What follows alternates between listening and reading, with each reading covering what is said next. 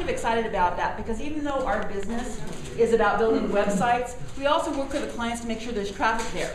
Because you can have an awesome website, but if there's no strategy about how to drive traffic there, it's not worth its weight, right?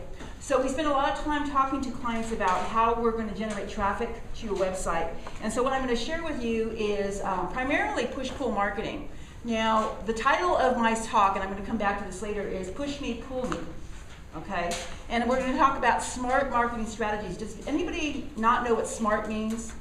It's basically the specific, be specific about your strategies, make it measurable, make it action-oriented, make it results-oriented and time-based. And that should be for any goals that you have. So when you have a marketing strategy, make sure you know what you want out of it. Because there's no point in spending money on any kind of advertising or marketing unless you have an expectation about what kind of business it's going to bring to you and how much that will be. I have a handout, but I'm going to wait a second to pass that out because I don't want you reading it. I just want you to start thinking about some things. As Radio Phil would say, you can't just do a radio ad once, right? You have to be out there on a consistent basis, and that's true for any kind of marketing, whether it's ads or radio, TV, or whatever. Because a lot of marketing is being in the right place at the right time. I will say Sears puts ads, full-page ads in the paper, but until you have your refrigerators making noise, you kind of ignore that. It all becomes part of white noise. And in some of our industries, sometimes it's not an immediate, urgent need all the time. It's not like somebody says, oh gosh, I need a website today. It's something over time and being in the right place at the right time when they do realize that they do have a need. Then it becomes a matter of purple cow. We all have competition out there, so how are we going to stay stuck in the minds of people when they actually have that need? And the third thing, which is part of what this group is being top of mind. If they don't see an ad in front of them and they're going, gee, I need somebody who does massages. Do you know someone? Well, we all think of Debbie because of the relationships we've developed in this group. So it's a matter of those kinds of things in marketing that we need to think about. I actually, thank you for those of you who responded to my questionnaire, but I have a list of different types of strategies. And I know some of you know Linda Bigler. I think she has a list of 235 strategies. Mm-hmm. So this is not the full list, but it's a good start to get you thinking about what you might do to promote your business. I'm going to break it down in actions to 3 groups. There's push marketing. Can anybody describe what push marketing is or an example of push marketing? Ad in the newspaper. Newspapers. It's basically just an ad that's out there. You're not looking for the ads necessarily. It's something that's just out there pushing itself in front of you. Yeah. Are there pop-up ads on the internet or ones that people pay to put their banners and things like that? Exactly. They just kind of pop up. Yeah. Spam is another kind of push marketing. You're not looking for it, and believe me, we'd like to get rid of that, but it's just part of what happens out there with people sending out spam. What is pull marketing? It's when you ask for information. So like several years ago, it used to be the Yellow Pages. You used to go to the Yellow Pages looking for an ad for a plumber or a landscape person or whatever it would be. But those are starting to wane, aren't they? In some industries, it's still effective, but again, you have to know what kind of strategy is going to work well for your industry, for your business. And I'm going to come up with a third P. It's passive marketing. It's what Send Out Cards does. It's what you have when you have your name on your shirt. It's not push. It's not in your face, It's just this constant reminder that you're in a business and that you're out there doing stuff, okay? So those are 3 different kind of categories, and sometimes there's overlap. But there's about 3 different strategies that you can think about in implementing for your business. So out of the push marketing, pull marketing, and passive marketing, which is the most expensive? Push. Well, I'm going to submit to you that it doesn't matter which is most expensive. It's what is the most effective. It doesn't matter if you spend $5,000 on radio if it brings in $20,000 worth of business. It does matter, but you do the math. If you spend $50 an ad in a month in a magazine but get you nothing, it doesn't matter how cheap it is. It's what kind of results you're going to get. So a little bit later, we're going to talk about return on investment because this is the biggest thing that I try to share with my clients. I don't care if you have $5,000 to spend on a website or $50. We have to make sure you're getting your money's worth because why spend $50 if you're not promoting the website? Okay? So one of the things that I talk about is the storyboard. I'm a very visual person, and I like to tell the story. So if you have an ad in a magazine or an ad in a directory, like I sent this example, I'm going to come back to this.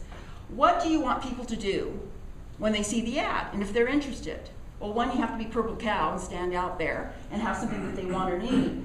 But I remember in this one, they put their email on this ad. It's a print directory for weddings.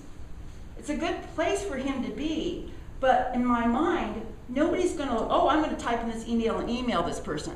They're either gonna call or go to the website. So why take up the space to put the email there? And that's the kind of thing I have people think about whenever they do some kind of ad or marketing presentation. What's the next step for the business? It's called conversion. Meaning they take the next step that you designed for them, again, that strategy, that you designed for them to take. And if the next step is go to the website or make a phone call, then you have to make sure your website is the most effective it can be. Meaning that it has that conversion strategy is what we specialize in. Or if it's a phone call, making sure your sales method has a strategy too. I don't know if you do scripts when people call on the phone, but again, it's making sure that they take that process of the next step for them, which is to set the appointment. So whatever it is that's the next part of the storyboard, you have to fix that as much as possible. Does that make sense? Okay, cool. Let's see. I'm going to pass these out now. And these are for you to write on and take notes on. And I know that Bob Humphrey last week talked about how the website is the hub for internet marketing. So if you do the Facebook and tweeting and everything, it all kind of points to the website. And a lot of times our marketing is that too, because we're in a day and age that I don't pick up the phone. If I'm interested in the business, the first thing I do is go to the website. And I check out testimonials and I check out pricing if that's applicable and that kind of thing. So your website is very, very important. It's not like it's the center of the universe, although, but it's a very important part.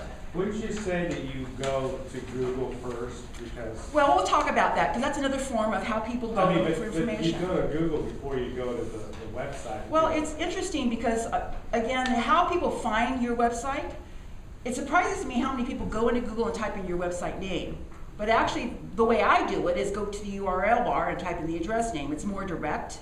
It is more likely to get your result. So it just depends. It's a strategy of how to get to the website. Once they find it, making sure the next step is important.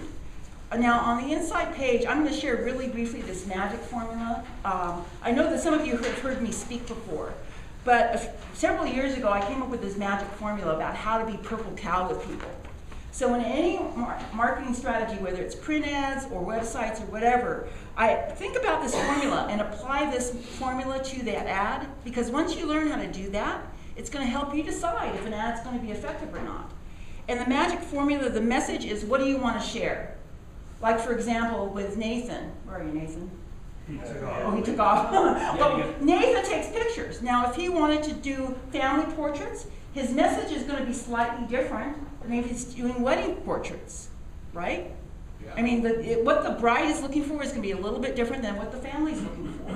And if you try to say everything all at once, one, it probably won't fit in your little quarter-page ad, and two, it gets too muddled. So you have to be very specific about the message, and it might be only a small part of what you do.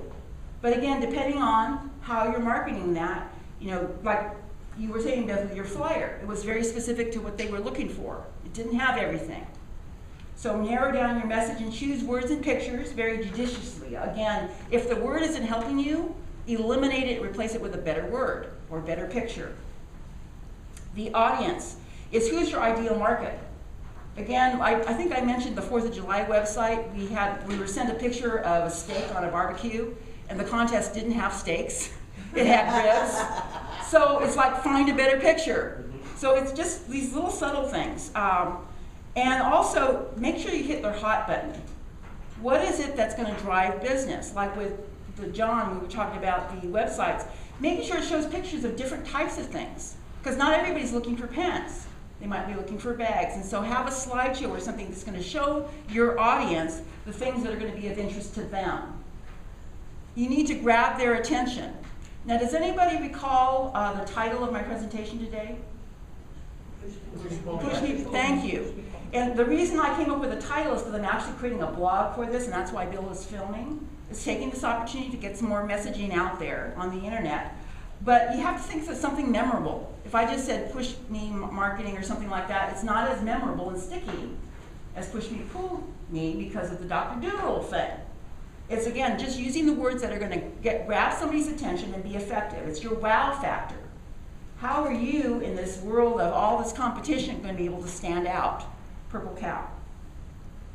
Involve their emotion. We're emotional people. I'm actually very logical, but we still make emotional decisions about doing business with somebody.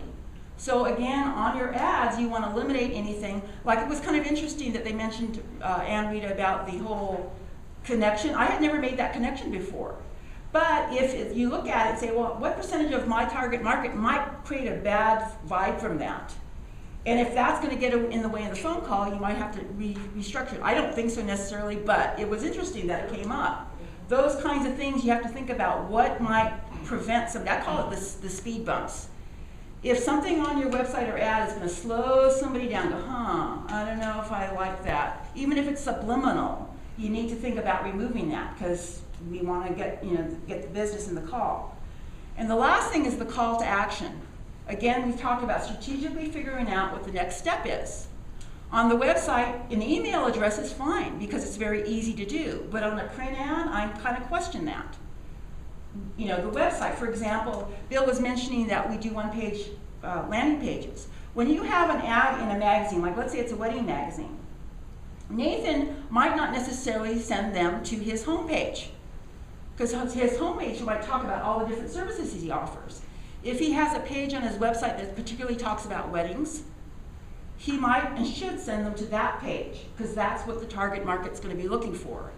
If that URL, the tag is too long, because sometimes it is, it's $10 to register a short name at GoDaddy and point it at that website, even if that's the only time you use it. Does that make sense? It's a shortcut, and that's $10.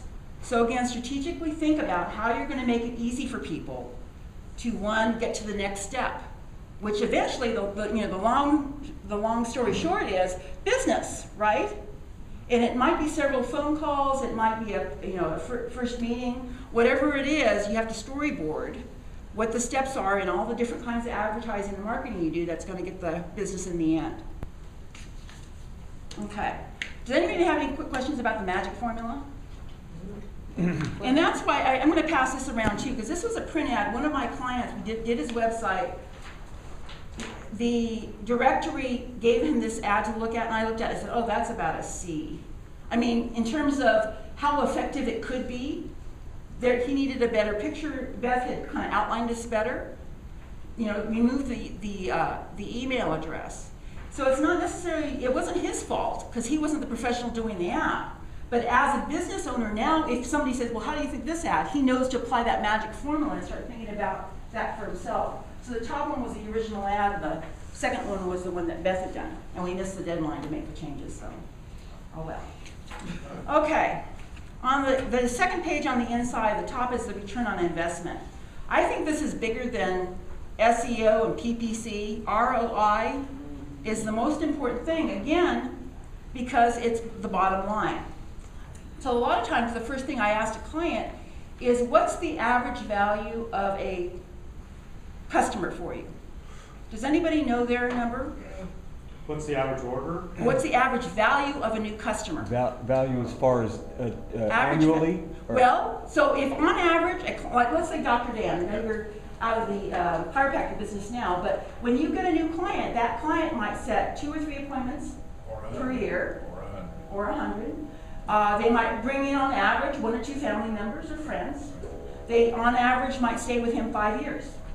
So if you know those numbers, now you know if a new customer comes on average, it's going to bring, let's say, $2,000 or $3,000 in. Okay? Yeah. So the key, in order for you to get that information, the key would be to track your numbers. Track the incoming information to where every time that a phone call comes in, and that's what I try to practice nowadays. In the beginning I didn't, and that's, how did you hear about us? Right. Well, and that kind of goes back to a step. So let's go back to the end run, which is the average value of the customer. So if you know on average how much your customer can put in your pocket, now you know how much you're going to spend to get them. On the internet, I don't know where I came up with this, but I said if you are selling socks at $3 on your website, you have to get a lot of sales generated to make a profit on those $3 socks. As opposed to if you're with a chiropractic business, you can afford to invest a little bit more. Well, one patient might pay for the ad, or if you build skyscrapers. That's why search engine optimization is expensive. It doesn't make sense for everybody, and that's what I will say, that all these strategies, it's not for everybody. It's not a one-size-fits-all. It's what will work for your industry, for your target market, what's the average value of a customer in your pocket, so how much will you spend to get that new customer? Okay, so yeah. And a step further is how much you lost when an employee or you have lost that customer. What's gonna do Well, that? and that's all that process that we talked about, is you need to get your system in place as far as when you're going to put an ad in a magazine or newspaper, what's the process? And if it's a phone call, make sure your staff is trained, or that you have an answering system set up, or whatever it would be to get that business. So the second question is, how many new customers do you want a month? Again, the strategy. I ask this question a lot. Is, well, what would be, if we were to put together a website, which is one piece of your or your marketing strategy, looking at the whole big picture, what would be a success for you? Is it 2 clients per month, 10 clients per month? Again, knowing your numbers. Because then we'll have to figure out how do we, backing up, get 10 new clients per month. We have to market. So I asked them what strategies are they currently using, networking, and that's where this list comes in. There's a lot of different strategies, and we're going to address a few of them at the end. But there's a lot of different ways to go about it, but we have to do what makes sense for you. What's the return? Okay, and I'm going to kind of jump down to this, doing the math. This is a variation of what Linda Bigler teaches about. It's kind of a smaller portion of it, but this was huge for me to be able to share this with my clients, because again, it's just about numbers. It's not, you know, this woo-woo thing on the internet. It's what makes sense. So we could do Google searches and find out how many people are typing in certain keywords on the internet. And I'm going to use permanent makeup as an example. It's a client of ours. We found out that, well, let me just kind of give you, for instance, if 1,000 people per month in the Sacramento area, because it's very geographic specific, she's not selling her service across the U.S., if 1,000 people per month in the Sacramento area are Googling things like permanent makeup, permanent eyeliner, permanent cosmetics, those variations, if her ad would pop up in a Google campaign, what kind of conversion, which means people would actually click on that ad, would we get? And we shoot for somewhere between 2 and 5%, which in direct mail, do you know the direct mail statistics? I was trying to do some research, and I think it's under 1%. I was gonna say it's It under, is. Like it's under 1. 0.5% or Yes, something. it's less than one. Yeah, Yes, it's less less than than 1%. Well, that's a success. That's a big expense, but again, you have to figure out what's going to work. Make sure your flyer is really good and it's going to your target market. But yeah, on the internet, I like it because it's very measurable. We know how many people were looking for those keywords, so we can say, okay, this is pretty a good roll of the dice here because people are looking for you. So if 1,000 people are looking, and let's say we get a 5% click-through ratio, which means they actually click on that Google ad, that means 50 people go to the website, right? On websites, we shoot for a 5 to 15% conversion ratio, which means, again, strategy, if the conversion is sign up for my newsletter, or give me a phone call, or send me an email. Any of those get you in the process. What's CTR? Click-through ratio. That's when they click. This is very Google specific, but again, you can see how this would apply to any kind of advertising. If the next step is taken, if we know 50 people go to our website and 10% actually make a phone call, now you may not close in on that phone call. Again, depending on your industry, selling socks, you might make the sale. But if you're a chiropractor, it might take a couple of phone calls and setting up an initial appointment. When that next step happens, you have a 10% conversion ratio. You now have 5 people in your pipeline. You're talking about knowing where they came from. That's what Robbie mentioned, knowing where they came from. Was it from the print ad or email, or where did it come from? Facebook. Now you've got 5 potential customers. And then the next thing I ask my clients are, what is your close ratio? On average, when you get 5 phone calls, how many of those turn into customers? Is it 1 out of 5, 2 out of 5? Some people say, oh, I get all of them. Well, cool, 100% close ratio. But now you know what that number turned into. So let's say it's 2 out of 5. So now you have 2 new customers, which on average in Dr. Dan's case brings in about $2,000 to $3,000, correct, Dr. Dan? Yep. Yes. So if he gets $4,000 out of those 2 new clients, how much did he spend on that campaign ad? Whether it was radio or print or Google or whatever it was. You just backtrack the math and you figure out what a good return on investment would be. Now, none of us are doing marketing to break even. So you don't necessarily want to spend $2,000 to make $2,000. It's not a bad thing, but when you're trying out different strategies, sometimes that's the best you can hope for. But then when you say, okay, that worked pretty good, how can we improve the ad? How can we improve the close ratio? How can we get more exposure for this ad that worked, or tweak up the ad to be a little bit different to see if that works better? And as Linda Bigelow, the coach, will say, you need to kind of try different strategies. It's not just one thing and then be happy with it. It's tweaking it because, as we know, Joe was just mentioning what's happening with Congress. All of a sudden, numbers are changing like overnight. So you can't rely on a strategy that worked a month ago as things change. Anybody have any questions of that part? I do. Yeah. Can you go through these and fill in the blanks? Okay, so let's just do a quick example again. I'm going to give these permanent makeup. So 1,000 impressions. They were looking for the keywords. At a 5% click-through ratio, Okay. equals 50 qualified prospects, which means they actually saw her website. If the conversion ratio of the website is 10%, and that's a pretty good guess, that would be 5 contacts. Times her close ratio, let's say it's 20%, which is 1 out of 5. So we got 1 new customer.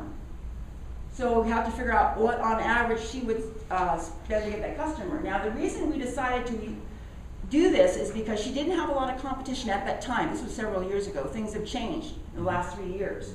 No, not too many other permanent makeup people were doing advertising on the internet, so she was very unique.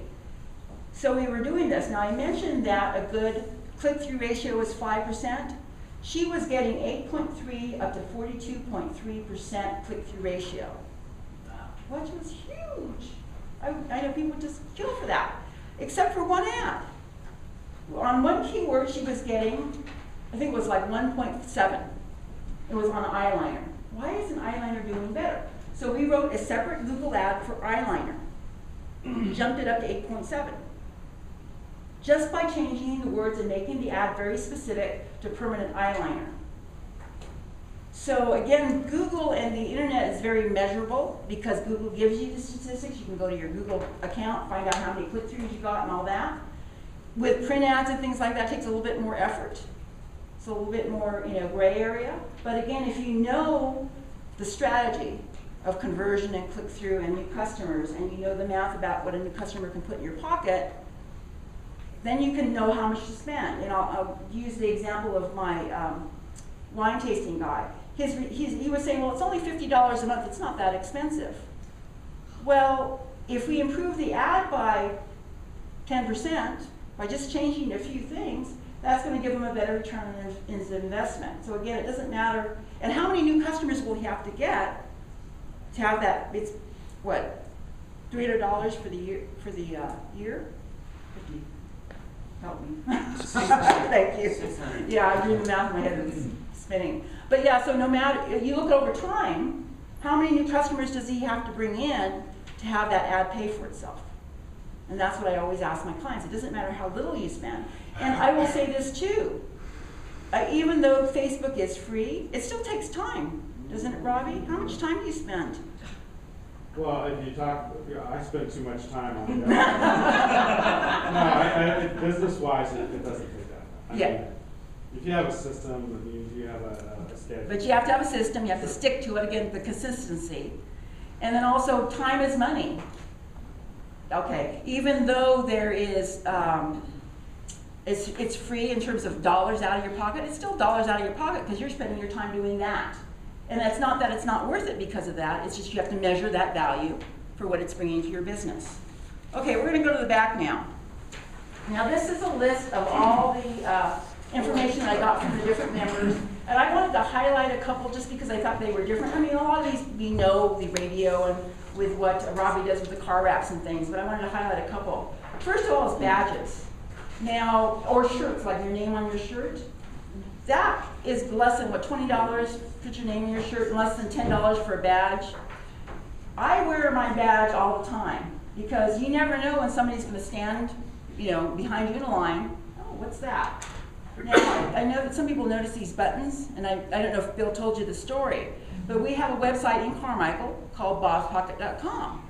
I had John make these buttons. We're going to have the entire staff at the farmer's market wear these, because what has been our experience, people go, oh, who's Bob? Perfect opportunity for me to tell them about the website. It's that putting that question in the mind. So just wearing your name on your shirt doesn't cost you more than these are like 75 cents or something. Invest that $20 for getting your name on your shirt, or the $10 for a badge, or the button, just because we're our own marketing engine, or we could be. Same thing with your car. I was just thinking about, I had a client who I buy jewelry from, and he was dropping off a delivery at her home. He saw my car with the bags. Oh, I didn't know you did websites. Jeez, where's he been? Well, because we never talked about it. I've been there buying jewelry, and I'm like, oh, by the way, you know I do websites? Or I must not have had my badge. But seriously, you know, people, if you let them know through these passive marketing strategies, can turn into business. Okay, now you brought this up. I wasn't sure what cloud marketing is, Joe. As far as I understand, isn't it, and you can help me here, isn't it based off that whole new cloud system, everything like that, where everything's kind of connected within businesses and things like that, so they're running off that way? Yeah, Maybe Justin can answer that. it's basically a centralized hub that you're using online to store anything and everything related to your business. I don't know how that relates to marketing, but Yeah, I think it's different than the internet. It's more of an intra. yeah, it's Yeah. basically just a combination of everything that you guys are doing in your business world in one location. And the way I've heard it explained, it's like, it's businesses that do like a ton of different things, and so you may go on for one thing, but because you've gone on for this and it's part of the umbrella of the company, they're gonna also hit you with the other things. So you're under that huge cloud. Well, of what I they call do. this daisy chain marketing, and this I think was the other thing that she had brought up, cross marketing, where if, for example, if I'm promoting websites, and so they go to a website page and they see all these things about websites, on the side I might have, oh, and by the way, I speak at different organizations. It's not what they were looking for, but it might daisy chain them into another aspect of my business or another business. Like Get Your Netting Gear, which is my internet marketing website. We have Beth on there and John on there because, again, they might be looking for internet stuff. But if you need other forms to market your business, I daisy chain them into other businesses. That's the kind of affiliate marketing, which is on the list too, finding your power partners and working with them. Because Susan, the other way I've heard that cloud marketing called is like umbrella marketing, so it fits under that umbrella of the Okay. cloud. Yeah, I just Which I guess it's right in line with that daisy chain marketing. Exactly. Call it different things. It's just a matter of using that strategy and figuring out how it can drive more business to you as well as to other businesses, because that will come back. It's reciprocal marketing. Emails, signatures, like at the bottom of are your emails, if you put your phone number and your website, again, that's a subtle passive marketing. Just to remind people, and if they think, oh, I know somebody was asking about car wraps.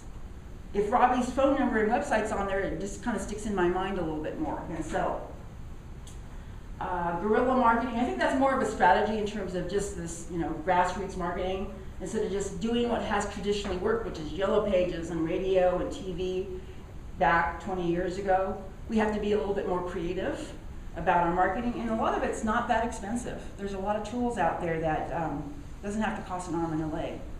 Now, loyalty and rewards marketing, it's a good way to get repeat business, like give an incentive for referrals, or, you know, come back for your 10th cup of coffee and you get a donut free or whatever it is. So again, not only is it marketing to your new clients, but it's remarketing to your current clients for referrals or new business.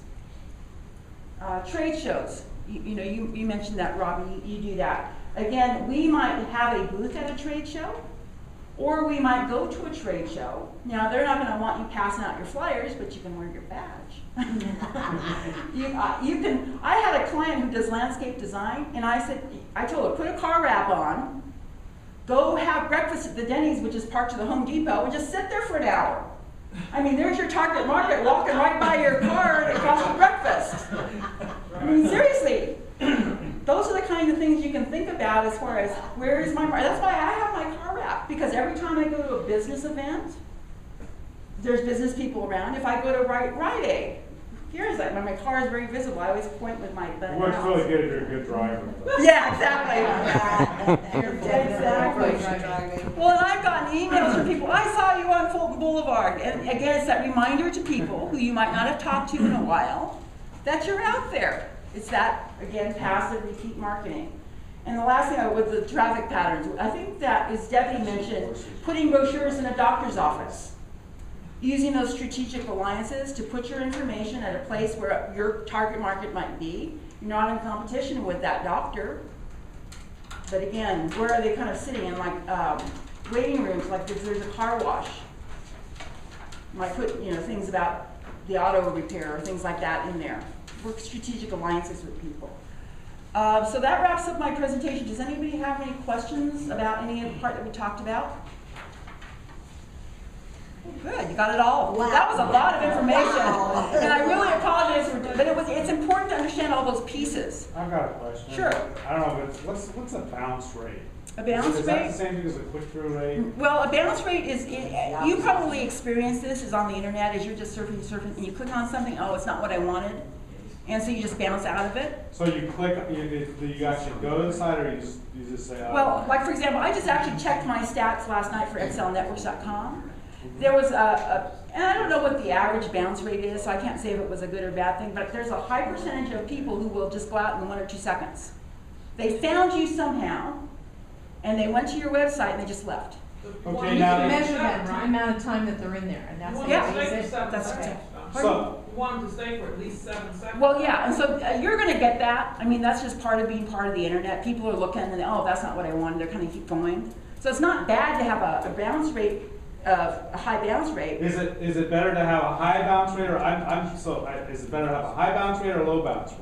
Well, So low is better. if your bounce rate is a 99%, is that a good thing? Well, or is okay, it 2%? let me say this. If you have 1 million people to your website and the bounce rate is 1% or 99%, that's still 1% out of 1 million that No, are but spending what time. I'm asking is a high bounce rate a good thing? Is it No. No. Very bad. So you need to have a low bounce rate? Well, but again, if you have That's the a, question. As long as you've got it. okay, wait, let me answer the question. If you have a high bounce rate and no or a low bounce rate and no traffic, that doesn't do you any good either.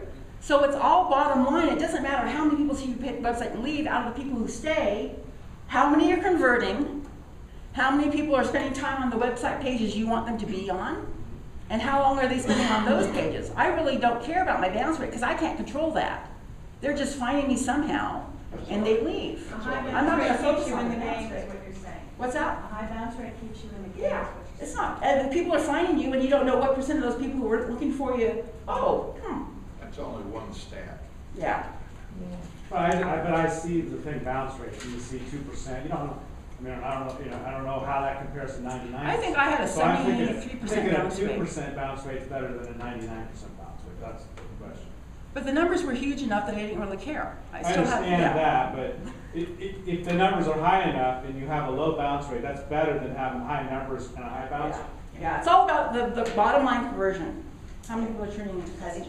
My question would be, every now and then I'm going too fast, I click on the wrong thing and I go, oh darn, cancel out of it and go to the right thing. So But at least they're that's finding a legitimate bounce rate. Yeah. If you've got a high bounce rate, my thought would be, look at your SEO.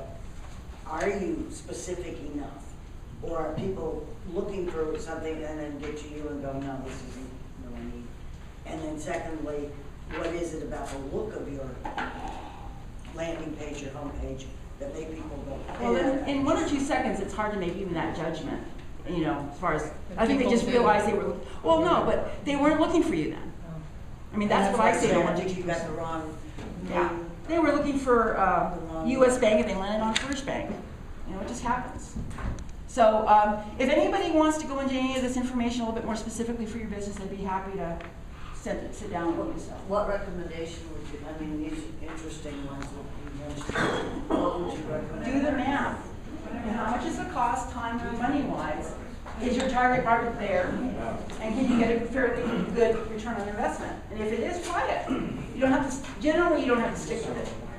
But then one last thing, all of this is a lot of time, energy, and effort to get the new customer. It's more expensive to get the new customer than to keep the current one. So you have to really work hard to keep the current ones too. Well, But then do this and get the new ones so you can keep them as current ones. Do them both.